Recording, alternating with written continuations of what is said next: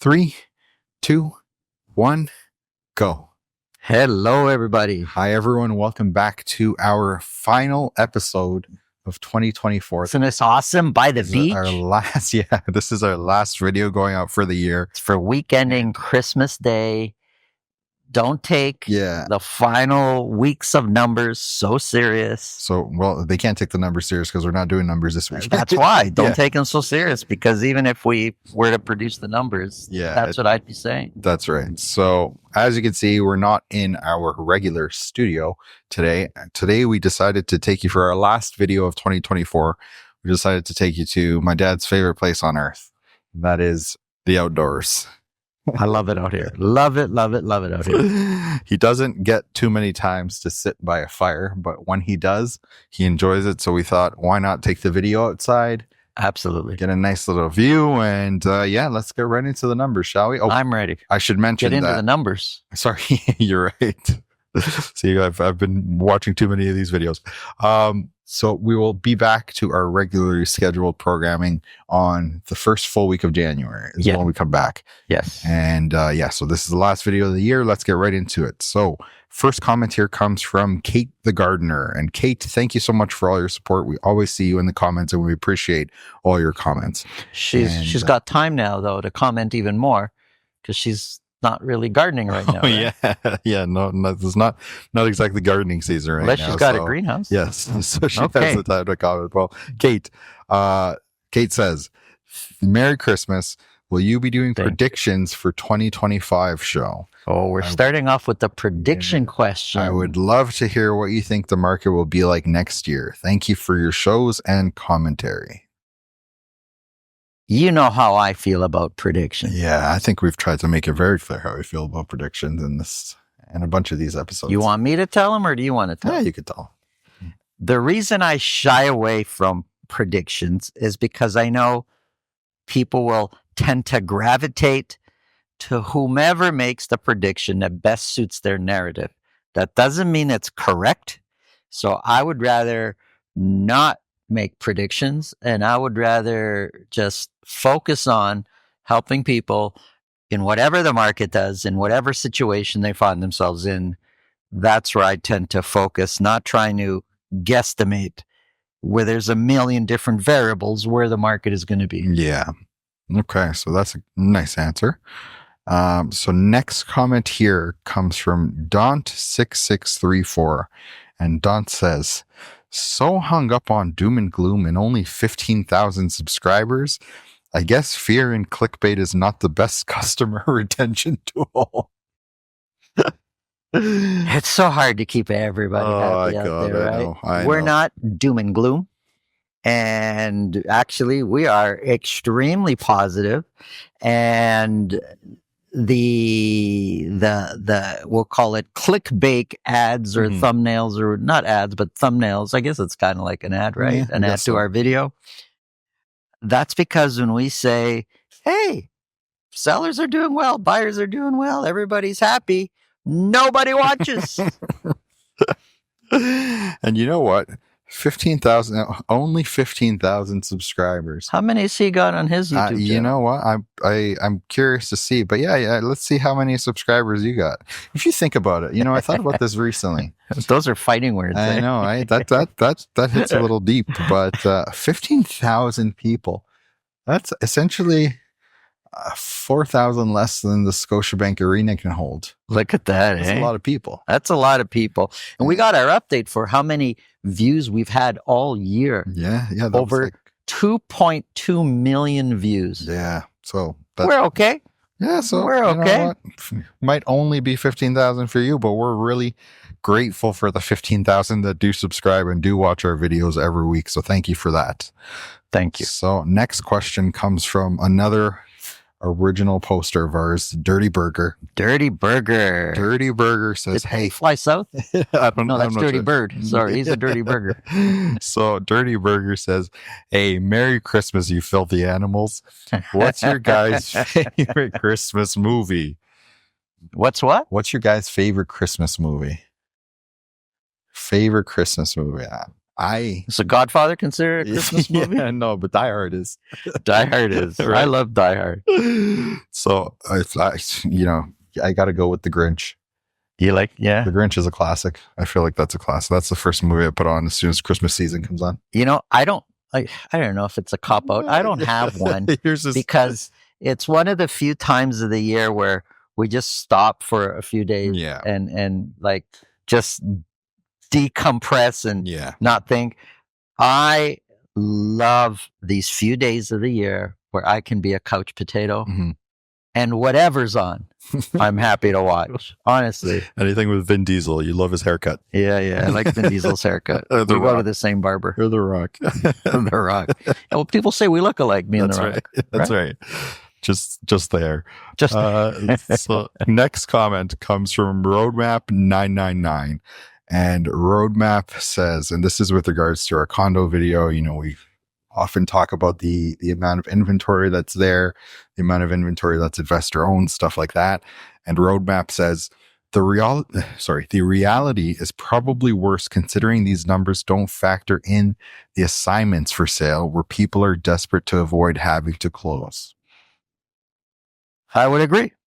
It's difficult to track assignments. They're often not publicized. That's what even makes them difficult to actually sell. Yeah. Assignments is a very difficult number to track, and it is a lot worse than what I'm showing because the numbers I'm showing is what's reported through the Toronto MLS. Yeah. And it's interesting. If you look at some of the, I looked recently for a condo tower in, I believe it was Vaughan, but if you look at some of these condo towers that are completing now, the amount of units for lease right away, these buildings immediately on occupancy, not even on closing. Yeah, it's aggressive, and they're competing with themselves because for a lot of these units, which are identical, it's like a race to the bottom. You want it rented, drop your price. Yeah, exactly. Right? There's a lot more coming online this year, coming in 2025. So definitely agree with you there, Roadmap. Next comment here comes from Bat2275, and this one made me laugh a little because on our video that came out on Christmas Day, you mentioned, why are you watching this? It's Christmas Day. And Bat says, why am I watching on Christmas Day? The real question is, why are you making content on Christmas Day? I'm going to tell you now, we are not making content on Christmas Day. No, are we on New Year's Eve or New Year's Eve Day? Yeah. We, a few days before, pre-record these. I don't think that's a secret, right? Yeah. So we're not giving away trade secrets here. A little behind the scenes. What we do is the Monday of the week following the cutoff. The week following. So our cutoff is the Wednesday. So the following Monday is when we gather all the information. We put all the charts together. We gather all the data. And the Tuesday is when we film all the videos for the week. So the 4 videos you see for the week. And if there is a Sunday video for a Q&A, usually what we'll do is we'll film that one on the Friday so that we have all the comments from that week. So we have the current comments. But so we're not making content on Christmas Day. We block that time off. All the videos get done. The cutoff for the numbers was a few days before that. Correct. And the week ending is always the Wednesday of the previous week for all the videos that you see from Tuesday to Friday. But but it was a joke. We still appreciate you watching. We know how dedicated you think we are, but not so dedicated that on Christmas Day we're shooting videos. I mean, we're pretty dedicated still. I wouldn't undermine our dedication to these videos. Oh, I don't think anyone can underestimate that. It's been 4 years. We're doing 4 or 5 videos a week. Yeah, it's been That's awesome. A lot of fun. It surprises me sometimes that we're doing that much. I know. But so it was a joke. We appreciate you watching either way. But next comment here comes from Kate the Gardener again. Way to go, Kate. See, she's got time. She's not gardening. She's very active in the comment section. But Kate the Gardener says, so this was with regards to our video where someone had purchased, but the money from overseas Didn't come in yet. Coming in. Yeah. Didn't come in on time. And so Kate says, They jumped the gun. do you really get a lot of this sort of type of scenario? So are you saying we shouldn't sell to someone who doesn't have a pre-approval and money sitting in the bank? ? How do we know a purchaser is legitimate? It's kind of hard to track because you're on the selling side. Mm-hmm. And I mean, if you are working with a buyer, if you're a realtor, say working with a buyer, I would suggest don't be signing on the dotted line to buy unless the money's in the account. Yeah. And most lenders are going to want to see the money being in the account for a certain amount of time. It's not a few days. It's a month or two or three. Months. I think it was like 90 days for something like that. So they want to see it in there. Now, if you're on the selling side and a buyer comes in, you're really asking the buyer's agent, hey, this person ready, they qualified this and that. Make sure you have a sizable deposit to protect yourself there. That puts more pressure on the buyer to come through and actually close. Yeah. But, you're not directly dealing with the buyer. Yeah. So it's difficult to say, but I think in most cases like that situation does happen. It does happen. But in most cases, I mean, a lot of this stuff is kind of ironed out beforehand. So that last minute, look, buyers don't want to lose their deposit. Yeah. They will do everything they can. If you're working with a reputable mortgage broker and you're working with a reputable agent who truly isn't looking at, their client's interest. Yeah. There's no issue here. Yeah. So it does happen. It's not that common, but we do see it happening. And we are seeing a lot more deals where money does come in from overseas, right? Yeah. So it's something to definitely take note of. Okay. Our fire's dying out, buddy. Fire's dying. Do we need to add another log? I could, but it depends how many questions we got. Oh, we got a few more questions. Do we take an intermission? No. Okay. Let's just see if we can get through it without the fire dying. Okay, go ahead. So next comment comes from Jesse Quinton 9974. And Jesse says, so this is with regards to our Boxing Day video. So you mean there's no houses on sale for 40 to 80% off today? There was a big lineup. Yeah. They're all gone. Yeah. You heard that they shut the 401 off ramp because of the box. Premium outlets. That was a house. Yeah, that's right. That was a house. Big sale. You know what? I have a beef to pick with Boxing Day now because I don't Boxing think week, Boxing month, Boxing weeks or Boxing Day sales start now in December 1st. And it's like, 5% off if you purchase 3 of these products. Yeah. There are no real sales unless, I see a lot of people line up in stores very early, like Best Buys and stuff like that. So maybe they have some door crasher stuff. But I choose to stay in pajamas and watch movies that day. Yeah. Watch Christmas movies, right? Your favorite. All the Christmas movies. Yeah. So no real Boxing Day deals for homes or items. But next question, next comment here comes from Pam Gill W9T. And Pam Gill says, every time I see your videos, they're negative, always the same. How are they always the same? I don't know. Is she going to say this one's the same? I don't know if Look it's at a she us. or We're in the he. great outdoors. Yeah, no, this is different. But they're not always, I just don't, the stuff we're trying to help people with. We're telling people the real numbers. Yeah. Is that negative? But it's not about the numbers. I think people, when they talk about the negative part of our videos, it's usually the stories. And I mean, just take it as advice for when if you have your own transaction, you use it as a guide that maybe this is something you should think about. It's not negative. It's just, this is the stuff that we see. This is the stuff that happens. This is where people get in trouble. This is what gets people in trouble. Exactly. We don't have to tell you what to do when everything is smooth and 100%. Yeah, but exactly. When we see people getting in trouble, that's what we talk about. So you avoid. And I can't tell you how many calls we've had. There's been lots of people saying, hey, that really helped me out. Yeah. Yeah. Oh, we got a ton of those. So thank you for that too. So next comment here comes from Mark Trottier. And Mark Trottier says, just more ramblings from the Italian genius.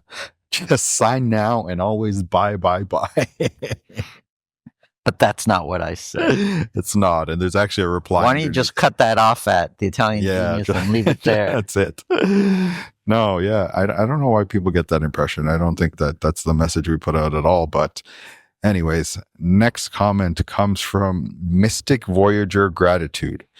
And Mystic Voyager Gratitude says, oh, again, this is basically the deal falling through with the money not arriving in time. Okay. So they say no real value. To add value, next time explains what happens if the money does not arrive. Is the deposit lost? Anything else? Oh, this is in short, the buyer is in breach. We've talked about this before. What happens in breach, and it's difficult to talk about every possible different angle and scenario just because these videos would then last a lot longer than what we're producing them for right now, and it would just take a long time. So you're basically in breach, and then contract law takes over, and the potential of losing the deposit and being on the hook for far more damages is a very real scenario. It's not a good situation to be in if you're in breach. Yeah. Okay, so next comment here comes from Paul's Health Fitness. And Paul's Health Fitness, sorry, this was in regards to the video of the landlords that are not necessarily respecting their tenants and not seeing them as partners. As partners, yeah. And Paul's Health Fitness says, I haven't met a professional real estate investor in my life. What does he mean? I think he's saying that he hasn't met a good landlord in his life, I would imagine. They're there. There's lots. Far more that are not. We just hear about the bad ones. You said there's far more that are not. There's far more that are good. Yes, sorry. Did I slip on? There's far more landlords that are good than are not good.